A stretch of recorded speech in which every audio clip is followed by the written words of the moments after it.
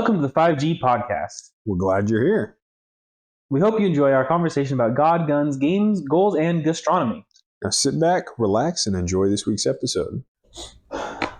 Welcome again. Another special Monday episode. Not supposed to be the new norm, but... No, might be. As things start to heat up on Saturdays. Yeah, busy. Yeah. We were going to go to see The Accountant 2 on Friday together, but you guys had to bow out, justifiably so. But Ryan and I still went and saw it that afternoon, and kind of wanted to give my little recap of it. I've been eagerly... Without spoilers. But spoilers are like, if you've seen number one, it's... I mean... similar to Jason Statham movies, you know the plot. Yeah, right. The plot is the plot. It's an action movie. Right? There's some bad guys. They do some bad stuff. There's bad guys, and there's less than bad guys. Yeah. Who, like, ambiguously, like, good, question mark, guys? It's vigilante action movies. Or anti-hero. Yeah. Would be a good term for it. But, anyway, saw The Accountant 2. And 2 thumbs up from Steven. All right. If you enjoy the first one, you will definitely enjoy the second one. I thought that even after 10 years, that both of the characters still held up with their roles pretty well. Yeah. Some great off-screen character development that was introduced and was flawlessly executed, you know? Because there was, I have to imagine, some sort of time skip. Yeah, 8 years. Yeah, okay, like in their universe. It was 8, I believe it was 8 years in their universe was the time skip, right? So almost, you know, year for year almost. Probably when they were filming, maybe. Maybe something like that. But, yeah, it was just really well done. Storyline, good. He still did some accounting? Yeah, it wasn't as accounting-ish. The trailer didn't really make it seem like he had much accounting to do, but... No, not a ton. A little bit. That is kind of what I liked in the first one, that he was, like, trying to just lay low. He was just a real accountant. This one he did some, like, on-screen, like, oh, you should have done this, and you should have filed this tax return. Like funny moments, accountant lines. But it was definitely more of a continuation of, like, you see kind of the back end of like what he usually does, right? Where it's like, you know, you see him take calls from like prospective clients for like mobsters and stuff like that. Like, you know, his handler lady, whatever, cohort people, whatever. Is like, hey, Tokyo's on the line, but like we don't like the Yakuza, but they always pay on time. So it was like, you know, kind of some of that. Yeah, overall, like solid movie. Like, nice. I probably liked it more than I liked the first one. Interesting. Okay. So just barely, right? Yeah. Like similar rating on my 1 to 10 scale, right? Yeah. So that's good. I had heard, I think, 1 or 2 reviews similar of like, yeah, it was a good movie. I don't think this is going to win any awards by any means, right? Like, don't get me wrong. I'm not like saying like, oh my gosh, the cinematography was out of this world. Best movie ever made. No, but I heard that like the brother dynamic was good. Oh, it was fantastic. That was the best part of the movie in my opinion. Because like you didn't get a whole lot of that in number 1 because you didn't know they were brothers until the end. Mm-hmm. I mean, you can kind of see it coming, but he was the antagonist, the brother, until he wasn't. So yeah, you kind of learn a little bit about the brother. Okay. A little bit more into his world as well. So it's like,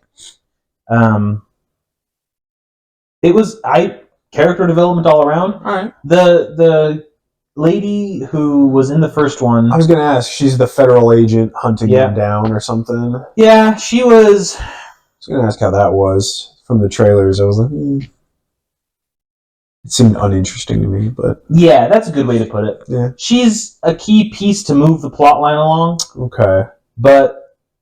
Other than that, unremarkable. Because otherwise, like, the 2 brothers, they're doing criminal, you know, things. They would just get away with it. Like, they would just be fine. Yeah. So they need some sort of, like, thorn in their side to come and. Well, it's not even. Honestly, she's not even that. Oh, okay. She's not. She's like. I don't want to spoil the movie. Oh, okay. Yeah. But like, the way her character is introduced makes you think she's going to be a very key figure in the story, and she's less than that. Okay. That's kind of what I got from the trailer, so I guess that makes sense. But I didn't mind it overall. Like, I mean, I wasn't there to watch her be a bad A. You know, I was there to watch the two brothers shoot guns at bad people, right? The realism went a little bit more out the door on this one. Oh no! But like, in an acceptable way. All right. Right? Like,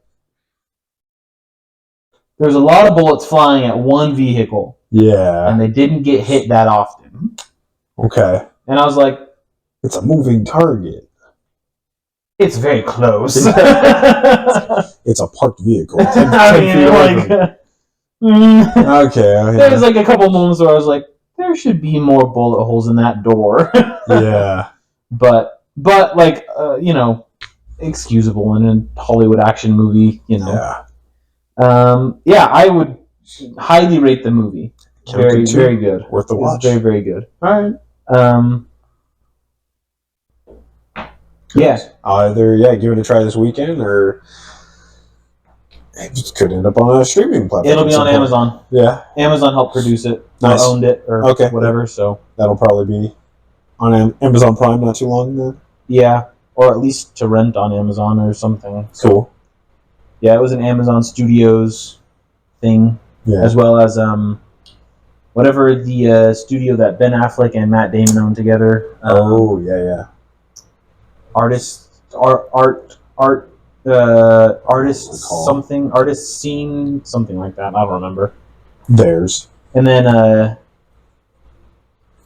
MGM or Warner Brothers. I don't remember which one. One of the two. Okay, one of the big ones. The third producer partner, I guess. Yeah, I think it was probably shot on their screens or in their studio. I don't know. A lot of it seems shot on site. I don't know how many like green screens they had. Yeah. In fact, I don't know if they had any. Probably wouldn't need it. Yeah, it was a good movie. Cool. 10 out of 10 would recommend. Well, not 10 out of 10, but 10 out of 10 would recommend. Probably like 8.5, 9 on my scale. Worth the watch. You know? Good movie. Oh, definitely worth the watch. Definitely worth going to see in the movies. Okay. Like, I would make a trip to see it, even again, to be honest. Yeah. It's good movie, I thought. So, definitely worth the watch on a streaming service, but probably even definitely worth the watch in the theater. Yeah, it makes you wonder why they didn't churn this out sooner. I guess COVID might have thrown a wrench in the plans, but I was reading about this online. Seems like a hit, yeah. I was reading about it online, and apparently there was some infighting between the three groups. Oh, okay. Not really between the Ben Affleck's company, but mostly between Amazon and I think it's Warner Brothers. Okay. I can't remember though, and it's really bugging me. But apparently Amazon just wanted it to be a Prime exclusive, direct to Prime. Oh, gotcha. And so that's originally how it was going to be released. And so it was apparently supposed to have an earlier release date of the beginning of the year. Yeah. Or even sooner. But they were having that little infight tiff. Yeah, the other partner was like, they couldn't figure it out, and so and I'm not sure, there was some kerfuffling and stuff like that. Okay, and, yeah. So I've heard that Amazon footed like the entire production bill. Wow. But then in order to get it into the theaters, Warner Brothers brought in like an additional extra bit of money, but they're going to like control how it gets distributed until it goes into streaming, and then Ben Affleck and Matt Damon's company was just like raking in the cash because they're the ones who actually produced the thing. Yeah, weird. Like, created it, right? So that's what I was reading online. None of it was like substantiated. All of it was the rumor mill, but like the internet these days. Kind of a common theme of stuff that I saw, so it kind of pieced together that there were some delays, some stuff going on behind the scenes, business deals. Yeah. None of this is like factual, right? Yeah. Like I don't have the facts. I can't pull sources up, right? But the grapevine, it seems believable because yeah.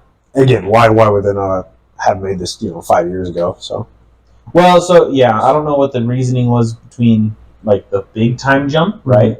But I have read that due to its reasonable success on the first weekend, that they're looking at doing further expansion into this universe, a la John Wick. You know, the Accountant Cinematic Universe, something kind of like the that. ACU, ACLU, the ACLU.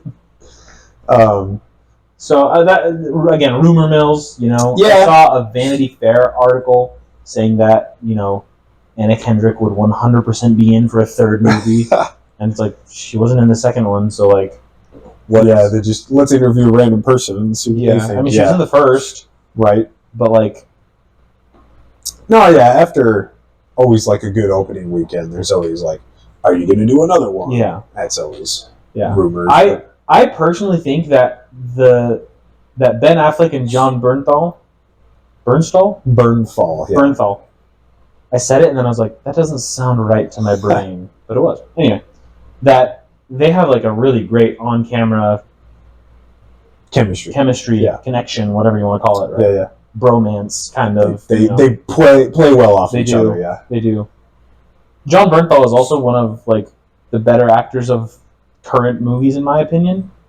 I like almost everything he's been in. I think he's a very well-rounded actor. I like him now. I didn't love him so much back in The Walking Dead. But I think that's when he was getting big. But I can see it now. I can see improvement, which is cool. I thought you've seen Fury. Yeah. Him in that movie was great. Pretty sure. Yep. Him in Punisher. Yeah, Punisher was pretty good. Yeah, I like this actor. Yeah. So, anyway, yeah, I'd give it a good recommended watch for the season. There's quite a few movies that seem all relatively good that have come out recently. Yeah, so this is what I wanted to talk about. I saw a news article today. Yeah. Yesterday? Today. Long day? Very. 4:30 comes early, man.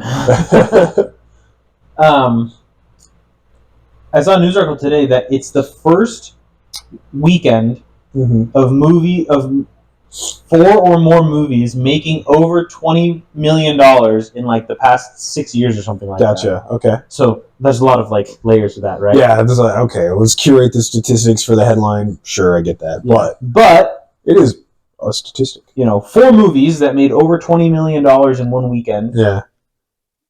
And some of them made like way more than that, right? But it's shows at least somewhat that people are going to the movies for different things. Yeah. So it was The Accountant 2, Sinners. Oh yeah. Had its second weekend. Right. And it did well again. Yeah. Minecraft movie had its third weekend. Fourth. Third or maybe fourth. I think third. Yeah. Third. Yeah. And then this is the funny one to me, but it's Revenge of the Sith.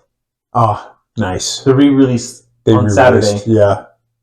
That's hilarious. People paid $20 million, just barely. Yeah. I think it was about 25 million. So that one just barely qualifies for their statistic of not even new releases, just any movie. Any movie. Yeah. People went to the movies and spent collectively $100 million, roughly, over $100 million this weekend on movies. Different movies, right? Yeah. The Sinners is the one that's like the big breakout movie that everyone thought was going to be meh, but is like really good apparently. I haven't seen it. I have no comments on it other than I heard it was good. Seems all right. It's not. To be honest, it's not on my alley. It's not a movie that I would necessarily want to go see in theaters. I'd maybe catch it on streaming. If it goes to streaming, I'll probably watch it. It's got vampires. Ooh. Yeah, it's just the trailers just didn't make me want to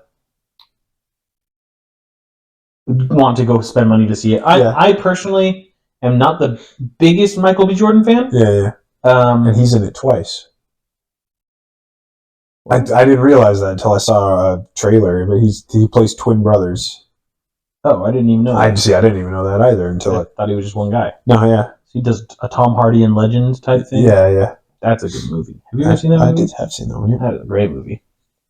Yeah. Like, I think he's a fine actor. I think he does, like, well in all the roles he's in, but just, like, he's not someone that would, like, he doesn't have that draw for me to go see his movies, right? Right, yep. I know what you mean. I'll, Cillian Murphy. Right, or, like, for some people, you know, Ryan Reynolds or whatever, like, the big Hollywood actor was just, you see a movie for that guy. Yep. Used to be a lot of the Avengers, but...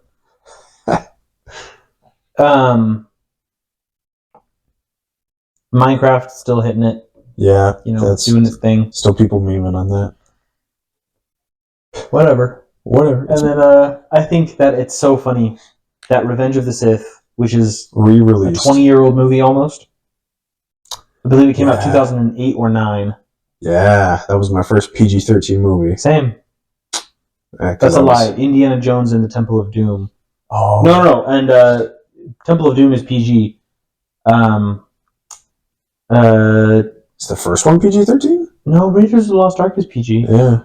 Maybe it is Temple of Doom that's PG-13. Wow, yeah. Because somebody gets their heart eaten? Because I don't think... what's the last one called? Indiana Jones and the... or third one, rather. Lost Crusade or whatever. Shoot, it's my favorite one, too.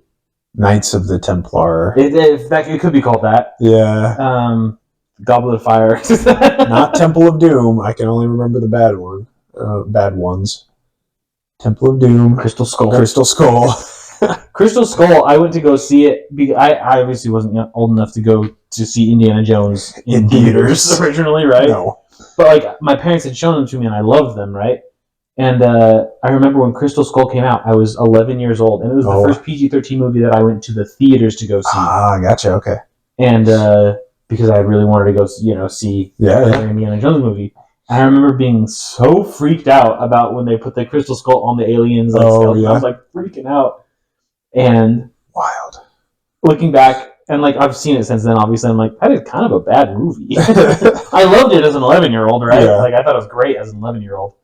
But I went with my parents, and we saw that, and it was just like, now looking back, I'm like, how did they sit through that? Right? Yeah, Star Wars Episode 3, I saw in the theaters, and I think I was 10. My dad wanted to take all of his kids, because I'd seen, the prequels. As much as they get memed on, like, we grew up in that, like, the lightsabers, Jar Jar Binks, haha, funny when you're a little kid. Yeah, all right, it worked.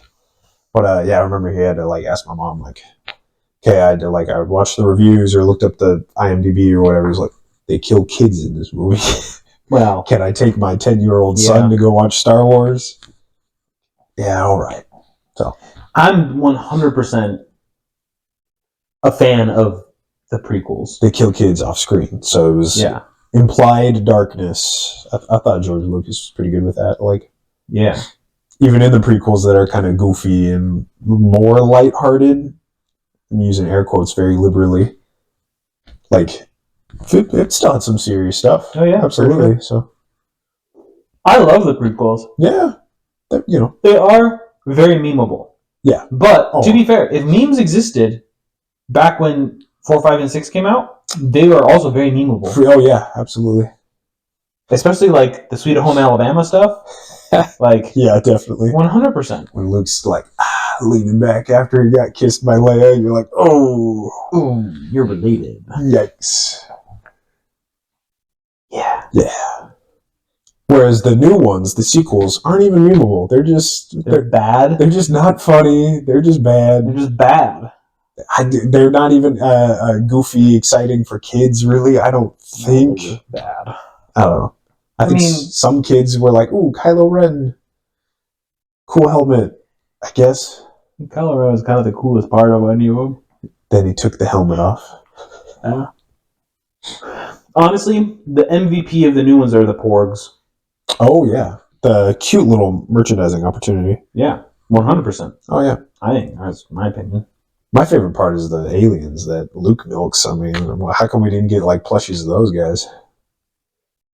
Just big old space cows. I don't know.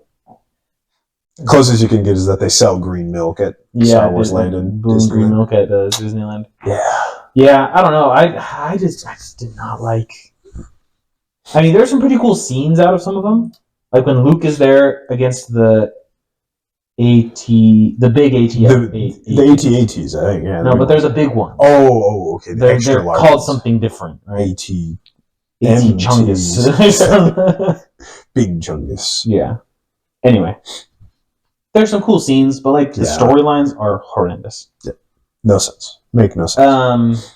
Anyway, it's funny that it made $20 million over the weekend, and it's a 20-year-old movie. Yeah. Wow. You know, when you can just like put that on streaming right now. 17-year-old movie, whatever it is. That's fun. Good for them, I guess. Who makes money off of that? The theaters? Surely it's Disney. Yeah. Or, I mean, they have to give like... They have to pay theaters in order to get their movies in. Well, but was this just like a theater release? And then... No, it had to be like a Disney saying like, hey, we're re-releasing it on its... Yeah. Was it its 20th year anniversary? Or is it a 15th anniversary? I don't know why. I remember hearing about this, but I don't know why it was in theaters. Revenge of the Sith... 2005, so yeah, 20th year anniversary. Yeah. All right. Wow, I didn't realize. Wait, really? 2005, wow. Okay. 9. I was about to say, I guess I was 7 going to that PG-13 movie, not 10 in my memory. Huh. Well. Anyway. Interesting. There it is. Good. I don't think I'll see any of the other movies on that list. No. Unless they're on streaming, which maybe if they're on like Netflix or Amazon or HBO, I might watch. Yeah. Any of the ones you have? I mean, I've watched Star Wars like a gazillion times. So like, yeah. I heard another movie that I think flew under the radar. I guess it didn't make over 20 million on that list. It was a horror movie, to be fair, but based off of a video game. I was like, wait, another video game movie? How do they...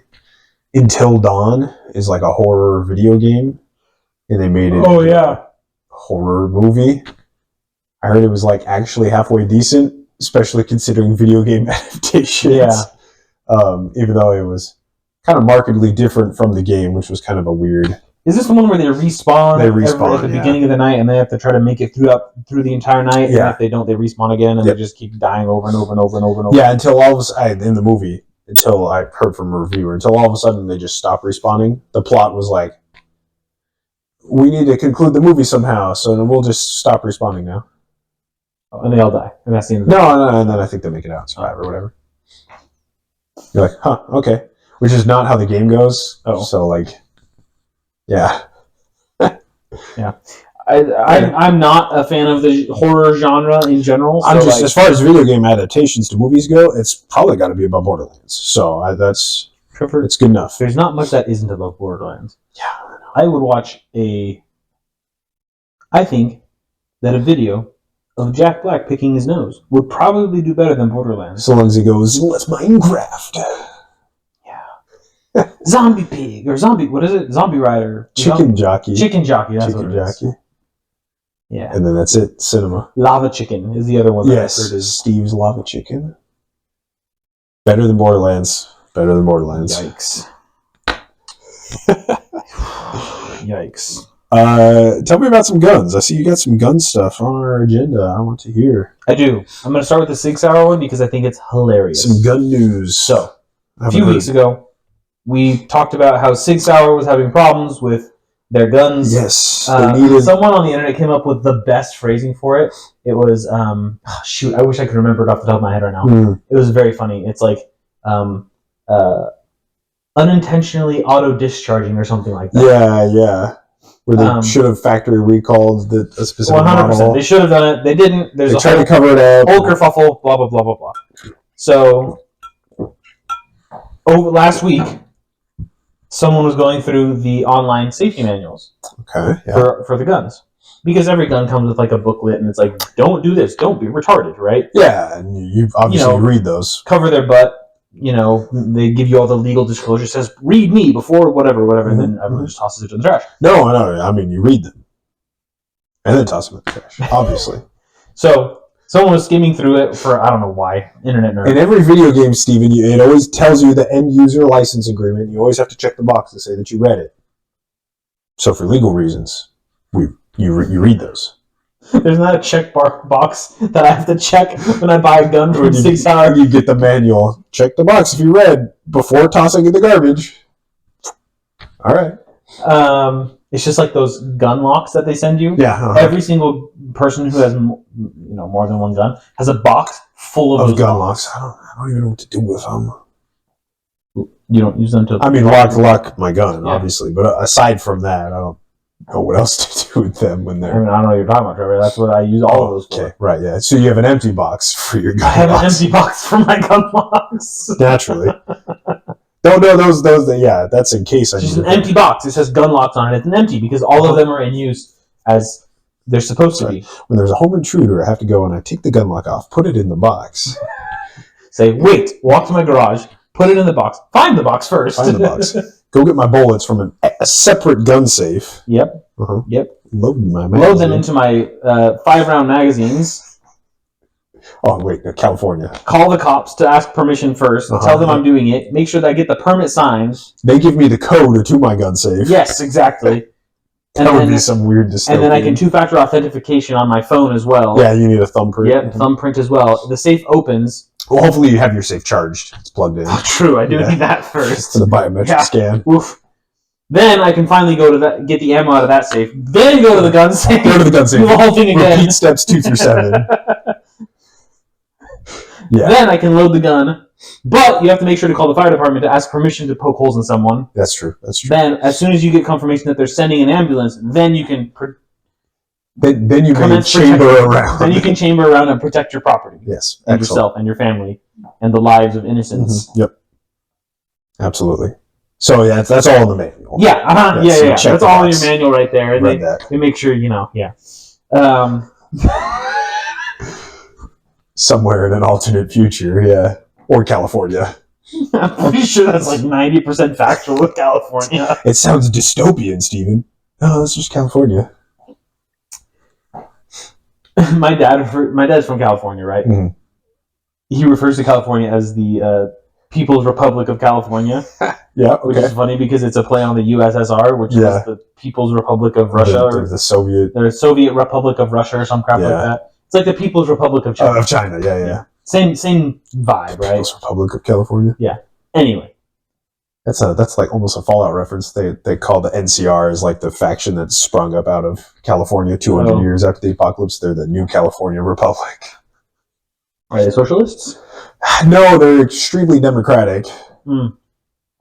Yeah. Anyway, the user manual for after that long tangent. For 6 Sauer. 6 Sauer. Most manuals are like, don't point the gun at your face. Don't be stupid. And then they think they give you the gun rules. Yeah, they usually give you a bunch of things, and it's like, this gun is not meant to be, blah, blah, blah, blah, blah, whatever. Someone grabbed a screenshot of the old one versus the current Glock one versus the new 6 Sauer one that came out last week. The Glock one and the old 6 Sauer one say it's something along the lines of like, this pistol is, in order to carry this pistol, we recommend, carrying with a round or like something along the lines of like, you can carry this in a round in the chamber if your holster is compatible with the best safety features, right? Basically, like, covers your trigger. There's not going to it's not a soft-sided one. It's like a good holster. Right? Yeah. Then they're like, yeah, you can carry with a round in the chamber. It's perfectly safe. The new one says, we recommend the best way to carry the gun is without a round in the chamber. Oh, yikes. They totally just... And that when you go to use it, you cock the weapon prior to use. They use the legalese, right? But that's effectively it. And everyone's just like, yes. Because all of the military and police officers and first responders and, all of the people who are using this are definitely, have time to sit there and charge the weapon before use. Before you need it, yeah. It's like... Oh, yeah, that makes perfect sense. 6 Sauer, way to go. And everyone's been memeing on it, and everyone has just been ripping 6 Sauer a new one, and I don't know if they will ever recover from this. Wow, yeah. They're not a public company, unfortunately. Mm-hmm. I would love to see the data on their sales for these weapons. Right. I would love to see it. Crazy. Yeah, they had to change their manual. Instead of just factory recall. Just there was a video from 2 weekends ago of a class of experienced shooters, right? It was an experienced shooters class. There was another misfire on camera. Okay. They all have their guns holstered. No. In good holsters because they're experienced guys. Yeah, professionals, yeah. And the gun literally shoots the guy through his leg. Oh my goodness. It's holstered. Yeah. They're in the instruction part of the thing. They're not messing with their guns. They're in the the instructor standing in front of all of them. Shifted just wrong or something, or no one knows. Because that's the problem with this fault is it's just like it just does it random. Yeah. And like you don't see him bend over in the video. You don't see him move in like a strange way. It's just bang. It's just boom, and everyone is like, "What the heck?" And the instructor's like, "Is that a 320? A P320, right? Yeah, the model of the gun?" And he's like, "Yeah." He's like, "Well, there's another one." Yeah. Wow. Yeah. And luckily, he wasn't like injured like super bad. It didn't like it. Just passed through some of his muscle and went out. Was fine. Bled a little bit, but he was fine. Oh, jeez. They're gonna catch some lawsuits, man. Yeah, if that keeps happening, and it's like they should honestly be sued, like, or have a class action lawsuit. It's in my opinion. Different people reporting it. Like, it's not. You can't say anyone is like doing this for nefarious. Like, oh, we're trying to get 6 hour. Like, it's just your guns are misfiring. Like, and no one understands why. That is not supposed to happen. Like, no, that doesn't happen to any other guns to this amount, to this extreme. Yeah. Yeah. Anyway. Wild. I thought it was funny that they changed their handbook document for new ones. So it says like, don't keep around in the chamber. Yeah, that's pretty interesting. It's very funny because I think everyone in the gun community agrees. There's no right or wrong way.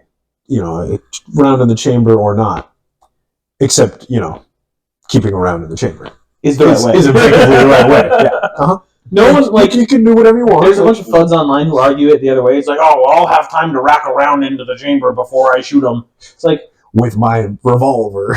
Well, I'll hit you with my 1911, my World War 1911 from 1942. My great grandpappy saw war with this thing. It'll serve me just fine. That's right. 45 is God's caliber. The reason I carry a 45 is because they don't make a 46. Yeah, sounds about right. Spot on impersonation. So stupid. Which, funny, they do make a 46 caliber. Oh, wow. Yeah. Because it's bigger than a 45. Yeah. They don't make a semi-auto version of the 46. It's a revolver, and it's like a really random, like, Wildcat cartridge, but it exists. It does. But it's not. What is they make a rifle in 47 caliber? Really? Or is it a 450? I thought it was 471 Shy-Tac. It might be 451 Shy-Tac. Weird. It's like a really weird... It's like a very expensive bullet. It's like... They take a 50 caliber casing and then neck it down to 45 or 47 caliber and then just put this like beautifully ballistically coefficient bullet in it, and it just is a laser beam out to like 77 miles. Okay. It's like a very specialized rifle. Very like competitive shooting or whatever. Competitive or like military applications where you're trying to snipe someone from 2 miles away. Very specific, yeah. Anyway. So, that's the first gun news. Yes. Which is a fail, I guess. A gun fail. It's follow up on 6 hours controversy. Yeah. The other one I thought was hilarious. There's a company called Robinson Arms who produce a gun called the XCR. XCR. Which is a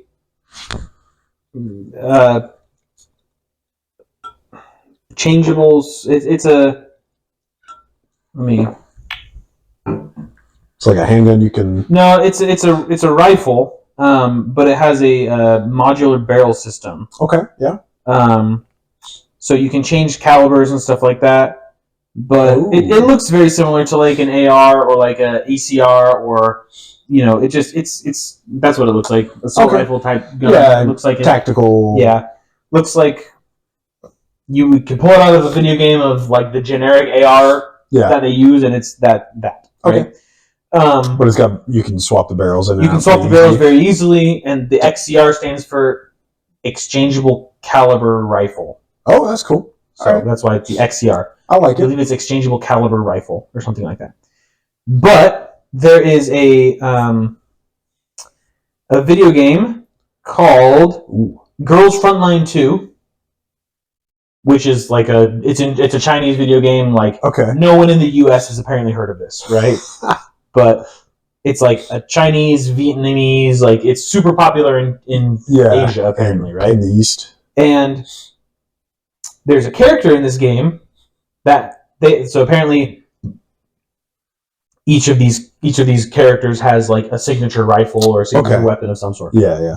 And apparently there's one of these characters that has a gun that is a rifle that's called the XCR. Ah. And that's the signature weapon of this character. Mm-hmm. And so a bunch of people with like super Asian names, like Vietnamese names and stuff like that, are tagging this gun company on Twitter or on X or whatever you want to call it, right? Yeah. Saying like, hey, is it true that XCR stands for extra cute rifle? And this gun company, this is verbatim, says, yes, and also exchangeable caliber rifle and extremely cool rifle. And then, someone replies, oh, hell yeah. And then another person says, I am so confused what is going on with this thread. I finally figured it out. If you're old and also confused, there's an anime game called Girls Frontline 2. Characters have signature guns. Sharkree's, the girl people keep posting, signature gun is the XCR. And then people are like, so Robinson Arms and Girls Frontline 2 collab win? Yeah. And then Robinson Arms says, yeah, we'd be down. And, like, they just keep going and stuff like that. And then someone posts screenshots. Someone posts screenshots of the game. And apparently the company who produced this game literally just blatantly ripped off the design of the XCR. Oh, okay. So it was that way, they post an image of the character holding this gun. Uh-huh. And instead of being like, this is so, like, they can't rip us off, Robinson Arms, the company's, like, official Twitter says, those are nice images of XCRs. They're like, sweet, advertising. And, like, look at this. Happy St. Patrick's Day with the character and the gun. And then the company. Very cute. Yeah. Yeah. Like, that's a pretty good another one. Very cool image. The extremely cute rifle, the XCR. Wow. It's just hilarious. So what I wanted to say was basically, like, there's a sentiment in the gun community that a lot of people have where it's, in order to promote this American traditional value, you need to make this thing accessible to everyone. Yeah. That's why, like, I'm a huge fan of, women firearms groups, and, I personally think that everyone, regardless of your political ideology or, your gender ideology or your, sexual preference or anything like that, everyone needs to be a part of this world because it's basically the way you protect your most fundamental life. It is fundamental right to life, right? You have a right, like, use it, exercise. Yeah, exactly. It's the same. It's like talking. Like, everyone has the right to talk. Yeah. You should do that. Also, you should do everything, all of your rights, right? Absolutely. So, I think this is one of the best ways to do that. Where a gun company could have said, like, we're suing that company and, like, you're infringing upon our IP, copyright law, all this stuff. But, like, in reality, what is it harming anyone for them to have it's obviously a blatantly ripped off, right? Like, obviously. They use the same name, right? Didn't even change the name. No. But, like, one, kind of free press, and good press. Good press, like, two, you're introducing it into a category of people who traditionally aren't, like, the macho, outdoorsy gun guy type group, right? Which is a good thing. Wouldn't know anything about the XCR otherwise, probably. And three, like, you're not getting your panties in a wad. Like, you're being cool about it. Like, I've, like, been like, oh, if I had a disposable however much money, maybe I'll get one of those because that's, like, a company that doesn't seem to overreact to stupidity. Yeah. And is, like, chill about stuff. It's and it was just, like, one example. It was, like, people, like, posting, like, Happy St. Patrick's Day. Multiple, yeah. There it is. Oh, that's a very cute rifle, I'll add a fourth point, because now it's like, well, maybe I want to look into this anime game if they have legitimate gun designs, like. That adds some credibility. So there's crossover. Everybody's making money together. Everyone's happy. Like, and it's a good thing. This is how the world should work. Yeah, exactly. It's like, I don't know if it's the optimist in me, right? But if it's like, there's There's no racism. There's no anger. There's no like, copyright. I'm gonna sue you. It's like, hey, we're all making money. Like, it's all good. This like, is good. Everyone's happy, as you said. Yeah.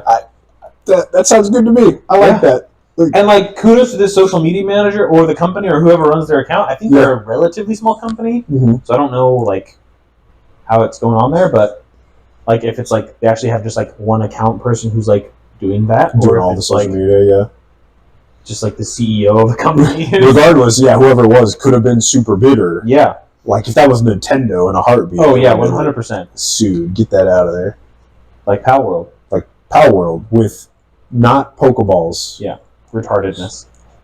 But Robinson Arms, big W. Wanted to point out a win when I see them, you know? Yeah. And I think that was a kudos to them moment. I hadn't heard that. That's pretty funny. I'm legitimately probably going to go look that whole story. I'll shoot this over to you. Just to get some more. And then I'll look into the game, because why not? Have legitimate gun designs. Yeah, all right. Yeah. Yeah. I think it's pretty cool. I had not I had heard of the XCR like in passing, but never been like super interested in it. But now I'm like, maybe I'll take a look at it. See if it's a cool gun or not. Which it looks cool. The extremely cool rifle. Yeah, exactly. And gas operated AR platform style things are kind of cool. Especially if you can change the barrels easily. Yeah. Change the calibers easily. That seems neat. So, do you want to talk about your video games this week, Trevor? Let's talk about Oblivion, because boy, did I predict it last week. I guess. I think the episode came out the day after it dropped. It was so weird, because last week I was like, I'm just going to throw this in real quick. There's been some rumblings, some spoilers, some leaks, like an Oblivion remastered. And I remember, I'm pretty sure, I didn't watch last week's episode yet, but... how dare you? I know, right? It's a common thing I've heard. Most content creators don't watch their own content. I hate watching ours. Yeah, no, I watch other people's content. It's great, though. Thanks for watching. But I hate listening to myself talk. I make the content. I don't need to read. I hate watching myself talk, listening to myself talk. It's because it sounds different, right? Yeah, because it screws with my brain. You're like, that's not me. Yeah. Imposter. And then I critique every little thing that I do. You're like, I'm such an idiot. Oh, that nervous tick there. Oh, why did I say that? Yeah. I probably could have not stuttered. I'm gonna re-listen to this point and be like, you're so dumb. What are you doing? Get on with the show or whatever. Probably. He's just blabbering about nothing again. Our editor thinks that sometimes, which is hilarious. It is very funny. She's very vocal about it. She is. She tells me over dinner. Why are you so dumb? She goes. It's very funny. She goes, when I'm editing the podcast, I understand that it's an hour to an hour and a half. But sometimes I just want to tell you guys, why are you talking so much? And it's like, Ryan, that's the point of the thing. There's only two of us on the podcast, right? I mean, until we get a whole panel of people. Yeah. I don't know if I'd ever do that. I don't know if I love podcasts like that, but anyway. 77 people are all talking at once. It's like, meh. You're like, actually, I really only want the opinions of 2 or 3 of these people here anyway. But I think 4 is the max. 4's pretty good, yeah. But even then you start talking over each other. 3 to 4? 3 is probably the optimal. Yeah. There's some I listen to that will have guests on occasion, and sometimes it's like, these guests just aren't that interesting. Yeah, for sure. So it's like, I don't really care about their opinions. I like the main hosts for whatever they're blabbering about. But anyway, now that we've meta that into very super meta. Tell me about Oblivion. Last week I said, I hope this game comes out soon or this year. Yeah. I said something like that. And then it was literally the day after we recorded. And then our episode dropped. Hilarious. Oblivion Remastered. They shadow dropped it last week, if you hadn't heard, which was a cool, fun new term. Shadow dropping. No advertising budget whatsoever. Now there's a little bit, now that it's out, but no pre-advertising budget. And they're just they're blowing things out of the water. I think they hit 200,000 peak players on Steam. No, it was 500. 500? Or 450. Peak? Whew. Okay. All right. Yeah, we got to double check stats on that one. The big stat I did have was they said 4 million players. Wow. Right, so not at one time, but 4 million. Copies sold at least. Because it's also on Game Pass. So they were adding up some Game Pass numbers. But non-concurrently, 4 million unique players. So some bought it, some just get it for free on Game Pass. So that in combination with the Steam like peak concurrent players being at least 200,000 all-time high. Sorry.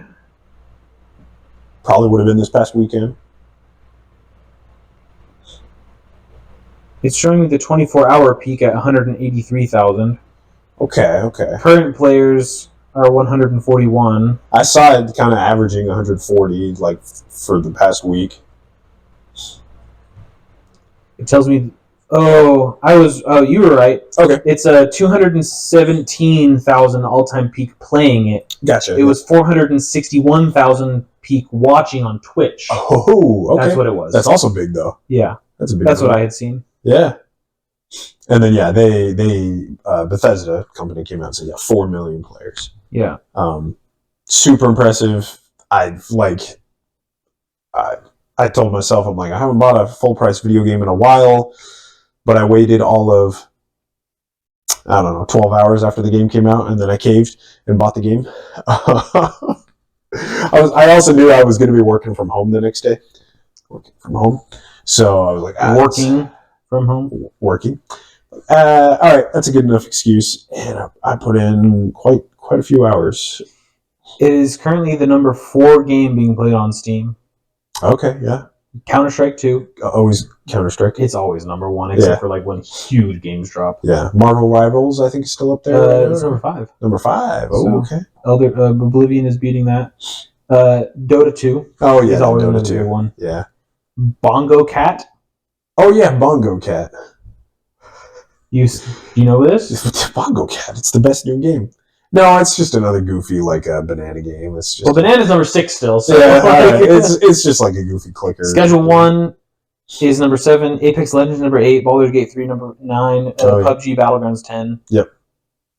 All makes sense for high concurrent players. Yeah. Most played. PoE 2 is. Sorry, I'm just looking through the. You're just like stats. Yeah.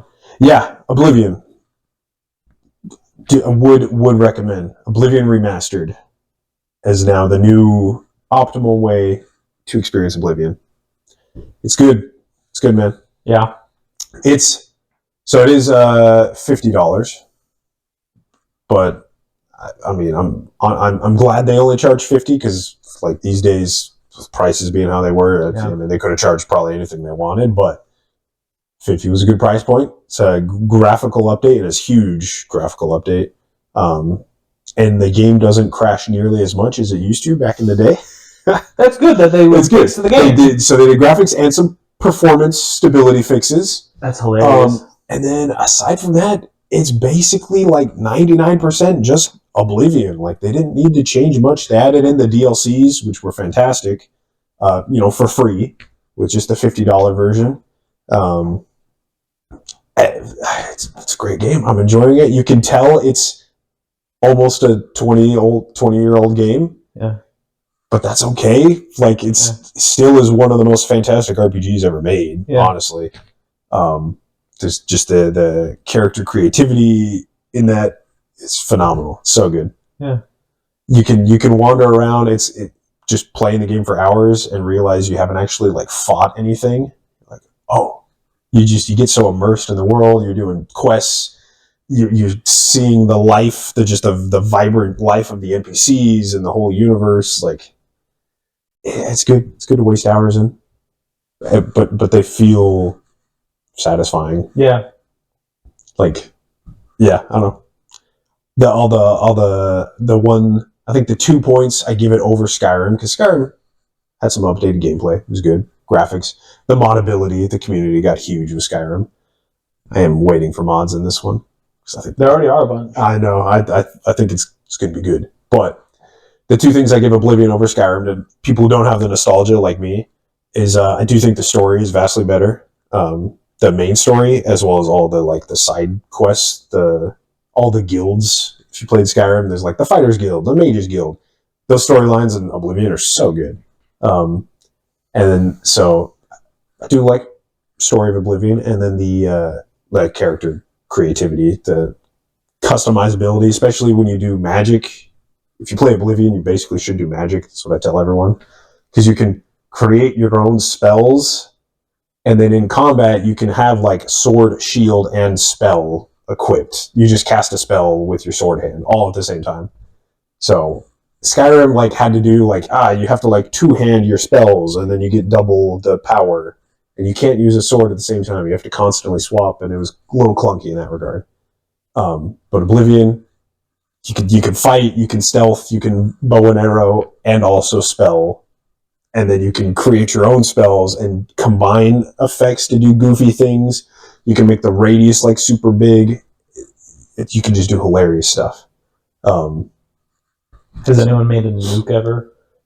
Probably. Some of the funniest ones I've heard, there's like endless content, endless fire and poison damage is a nuke. Well, so there's one, they did it was like a giant fireball that didn't do that much damage, I think, but it had a really big radius, but then immediately turned them invisible at the same time. So you can just like stealth kill entire cities, just like a little bit at a time or whatever. It's ridiculous stuff like that. And they're like, where is that? Where's that coming from?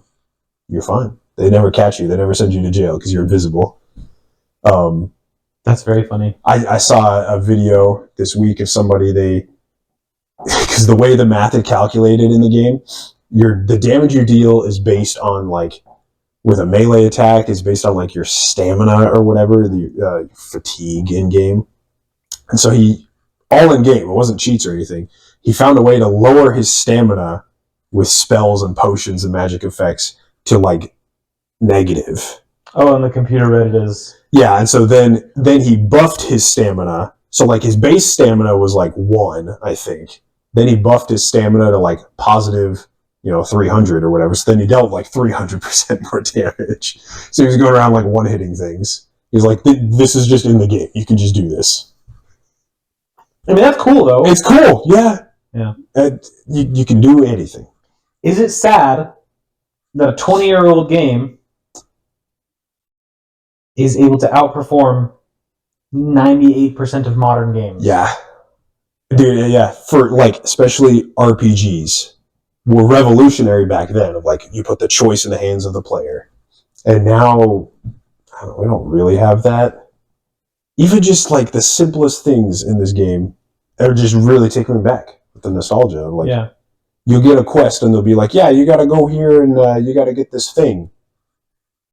Okay, how do I want to get that thing? Like, there's so many different avenues to go. Like, it's hard to explain it all because everyone's experience playing through it will be different, and even you like replaying through it will be different. I don't know. It's fascinating to me. Yeah, interesting. Mm-hmm. It's an interesting. What is the right word? My brain just doesn't want to work. Commentary. There you go, on the state of modern games that a old game is able to outperform. Yeah, I think so. Get it? And without any advertising budget, without like, I mean, they had a lot of advertising because like Skyrim, just like the name attached, like Elder Scrolls. Yeah, is it? But yeah, at this point, it's kind of like open the floodgates. I hope for a new era of gaming, of like not just remastering things just for like good graphics, just for remaster's sake or for money's sake, but like some of these old games don't run on modern computers anyway, or they're difficult to get to run. So like throwing them up on Steam where it's really easy for anybody to hop on and play. Like I hope it's a new era. Yeah, Unleash the floodgates of like new old remasters. I agree. I think there's a great what is the right word? Market to be had. Yeah. To releasing old games.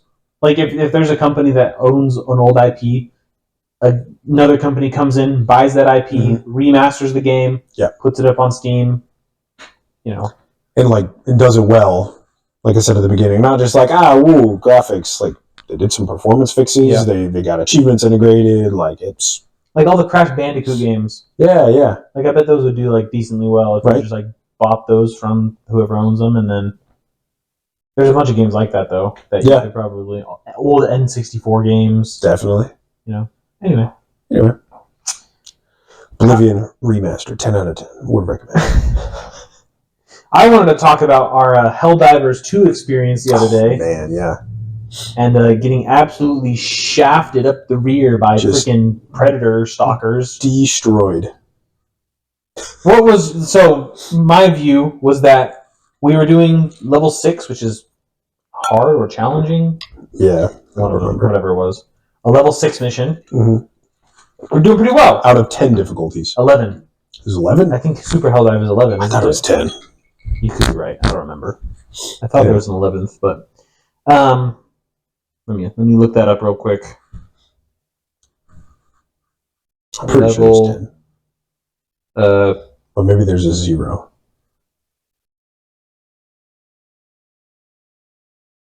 All right, I got it right here. Ready? Okay. Agree to that, I guess. No, you're right. 10. 10. Okay. My bad. Yes. Check one for Trevor. We were on level 7, or we were on level 6. Doing pretty good. Doing great. We were extracting all of the guys.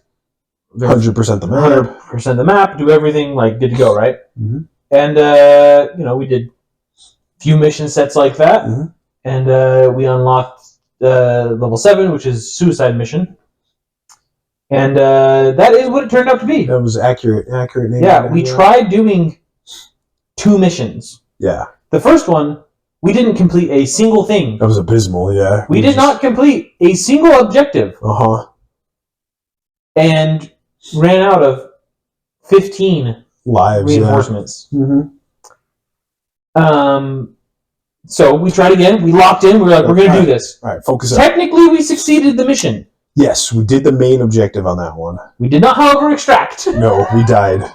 Quickly. But like, quickly. The cause was advanced by our sacrifice. So it counted as our mission complete, which is cool. Yeah. I don't know. Caleb and I were talking about this today. Who was the third player with us. We just run a 3-man squad, too, so... I think we have to find a 4th to do to do suicide mission. We have any higher than that. We'll cap at 6 for 3 of us, probably. I agree. But, we thought we were doing well. Yeah. Level 7 comes, and, same stratagems, same, general, we're kind of, we've had a couple practice rounds on level 6, we're feeling good, level 7 comes. There's no new enemies at level 7. Nope. It's just more. And they feel like they're way up armored. Yeah. I don't know what it is. It shouldn't be in but those predator stalkers, man, they just rape you. Yeah. And that's the modifier we were playing with on this weekend is that we had to fight on the bug planet with these weird mutations, and those guys are harder. They're crazy. But I don't know about you, but Caleb and I were talking about it, and we have no clue. We thought of some things. We're like, what do we do differently? I've started a little bit over this weekend, and I still need to do some more research because this exact problem, Steven. I've experienced this. I grew up playing MMOs, and anyone who's played an MMO will tell you that you're not doing an MMO right unless you have a spreadsheet open next to you. Sure. And so I played Smite like this. Yes, exactly. So I've started theorizing, but I still need to find some more research and ask. I gotta, Reddit. Reddit. I gotta do my digging. I need some spreadsheets. I need some builds. I got to start gamifying the game. Yep. And so, yeah, exactly that. I've learned everything I can, I think, from the game, from just playing. Now I need to go to the source. Let me find the nerds who've done the data for me. Yeah. How do I get good? Yeah. Because I don't think any amount of more experience doing what I'm currently doing will get me there. I don't think so. I have to, okay, there must be something wrong with what I'm doing, and I don't know. The game's not telling me. Yeah. So, other than you're dying. It's telling you you're doing something wrong. You're doing something wrong. No, there's got to be somebody has done this already for me. Yep. I gotta study. Yeah. Caleb and I were suggesting one of 2 things. One, we're too specialized. Oh, okay.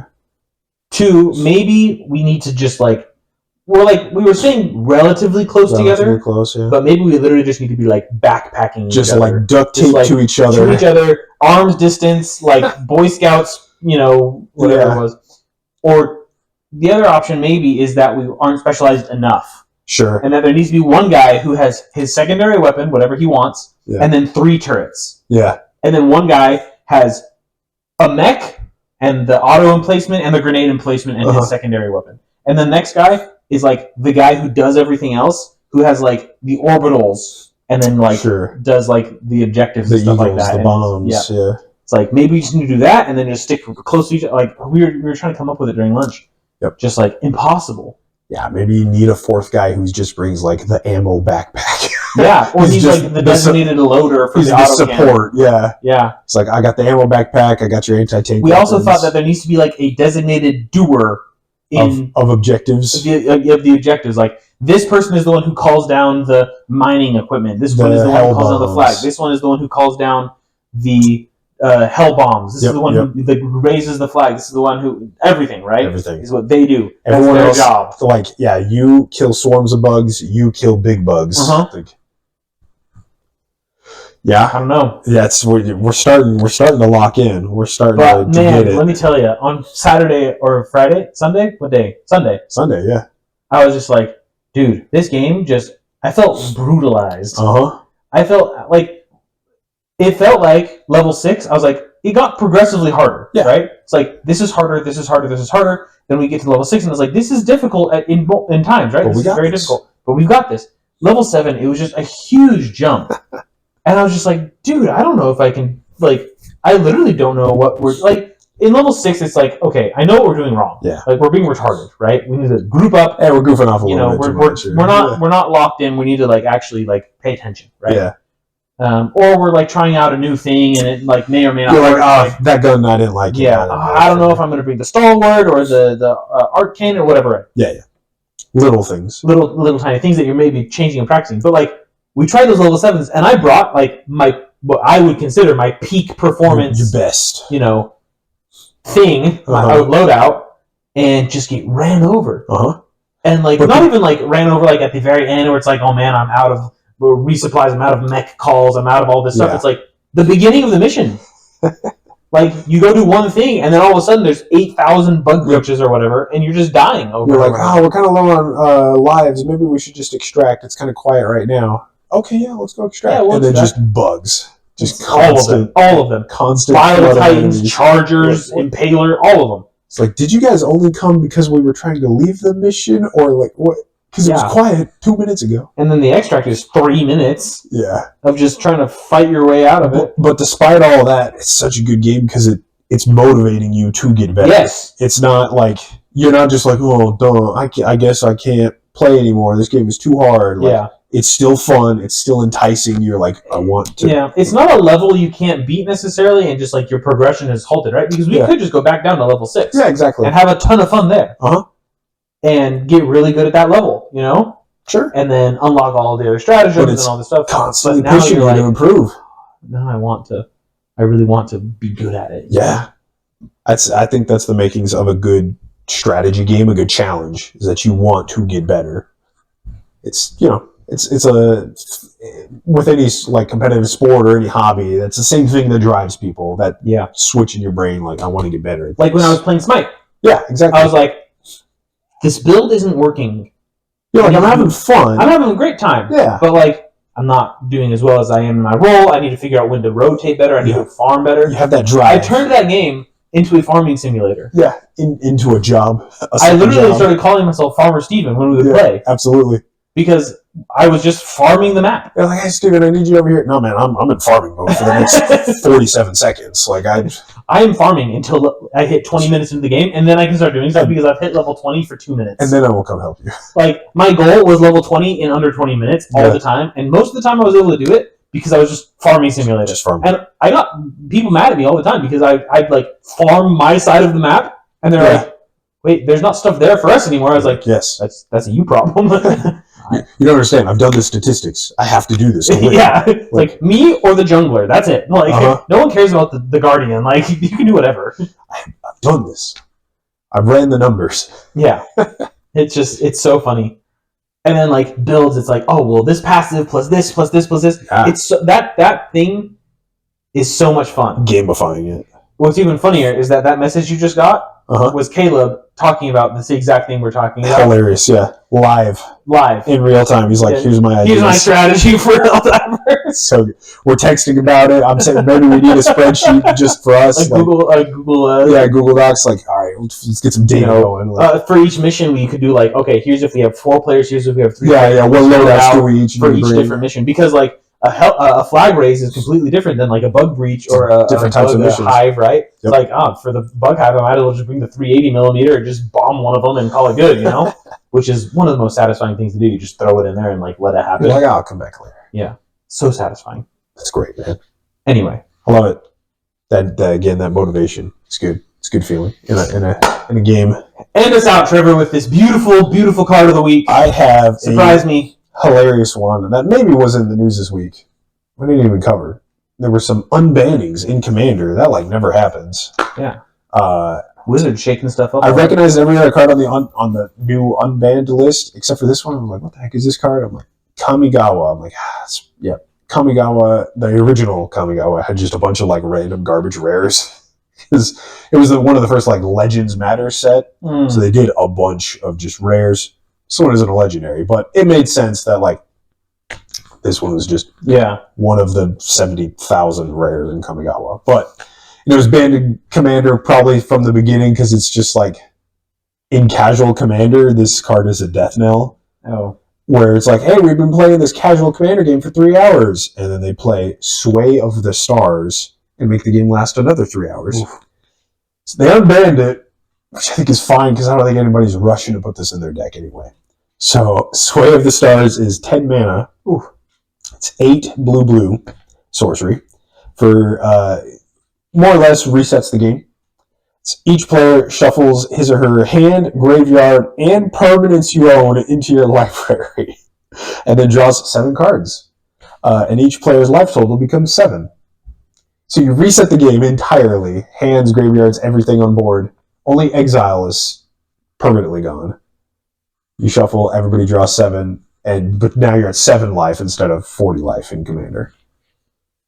For 10 mana, huh? And then presumably you end your turn because you don't have any lands or mana left on board. That like actually is like a decent way to win the game though. Honestly, so like because like my thought is you play a card that lets you play anything from exile for the rest of your turn. Okay, yeah. You exile winning game pieces of some sort. You float all of your mana. You float all your mana beforehand. That's what I was going to say. You can float infinite mana beforehand. And then it sets everyone at 7 life, and then you do something that does 7 life, 7 damage. You draw 7 cards, so hoping those cards that you can draw more cards if you have infinite mana floated, and then you can find some way to kill everybody at 7. Yeah. In blue. That's probably like... There's probably a better way to do that same thing than this card, especially for 10 mana. Right. It's like... But... At that point, just like infinite combo off. Yeah. You know? But this is a goofy way to do it, and I'm sure somebody wanted to do it in Commander and couldn't, and now they can, so... Good for them. Now you can play Sway of the Stars in Commander, if you didn't know. Hilarious card. Or it's also like a good, like, oh man, I have 2 life, and my opponent has 130 life.